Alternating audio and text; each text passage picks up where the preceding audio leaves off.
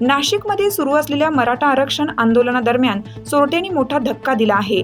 आंदोलनातील गर्दीचा फायदा घेत चोरट्यांनी 50 पेक्षा अधिक कार्यकर्त्यांचे मोबाईल, पाकिटे आणि महिलांचे मंगळसूत्र लंपास केले आहे। या प्रकारामुळे आंदोलनात सहभागी झालेल्या नागरिकांमध्ये अस्वस्थता निर्माण झाली आहे। अडगाव पोलीस स्टेशनने तात्काळ कारवाई करत 2 आरोपींना अटक केली। या दोघांकडून पुढील तपास सुरू असून चोरीस गेलेल्या वस्तूंचा शोध घेण्याचं काम पोलिसांनी गतीने हाती घेतले। नाशिक शहर पोलीस आयुक्त, अडगाव पोलीस स्टेशन आणि पंचवटी पोलीस स्टेशनचे अधिकारी आणि पोलीस निरीक्षक या प्रकरणाचा शोध घेण्यासाठी कटिबद्ध आहेत। पोलिसांनी जलद कारवाई करून आरोपींना पकडलं आहे आणि लवकरच सर्व चोरीस गेलेल्या वस्तू परत मिळतील अशी आशा व्यक्त केली। सद्यस्थितीत या घटनांनी आंदोलनातील शिस्त आणि सुरक्षेबाबत प्रश्नचिन्ह उपस्थित केलाय। पोलीस प्रशासन आता आंदोलनात अशा घटनांना आळा घालण्यासाठी अधिक सतर्क झाली आहे। मोबाईल ऑलरेडी चालू आहे, मोबाईलचे कॉलिंग होते। पोलिसांनी लवकरात लवकर ट्रॅक करून या टोळीला पकडण्यात येतो। 1-2 जणांना पकडलेले आमच्यापर्यंत माहिती आल्यानुसार माझा पण मोबाईल गेलेला आहे। इथं या लेडीज यांची बी पोत गेलेली 100% लोक सापडतात। 5 तुम्ही पुढे येऊन सांगा ना। आजचा विषय असा आहे की हे कोणीतरी हेतू पुरस्कार केलेलं आहे।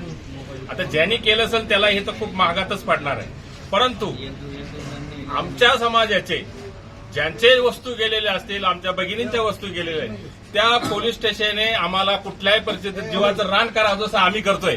जीवाचं रान करून आमच्या वस्तू आम्हाला परत कराव्यात, अन्यथा जे कोणी असतील ते आमच्या ताब्यात द्यावे।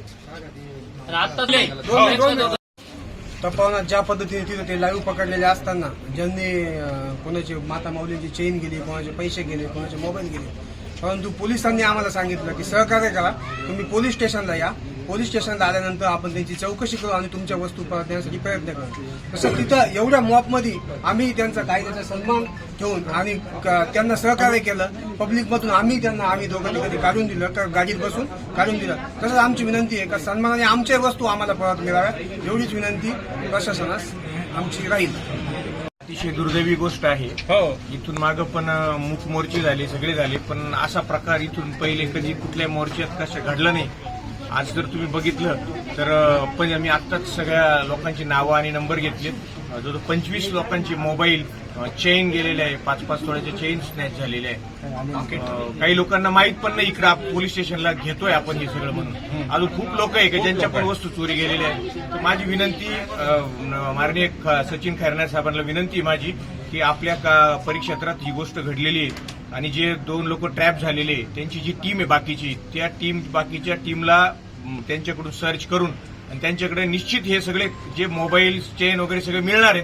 फक्त आज आमची सर्व मराठा क्रांती मोर्चाच्या सर्व लोकांची विनंती आहे की शांतता रॅलीच्या निमित्ताने की आपण हे जे ट्रॅक झालेले लोक आहेत ते बाकीचे सगळी टीम त्यांची एकत्र करून गेलेल्या वस्तू सगळ्या जे मोर्चेकरांच्या त्या परत द्याव्यात। मी सर्वांच्या वतीनं आपल्यास विनंती करतो खैरनार साहेबांना।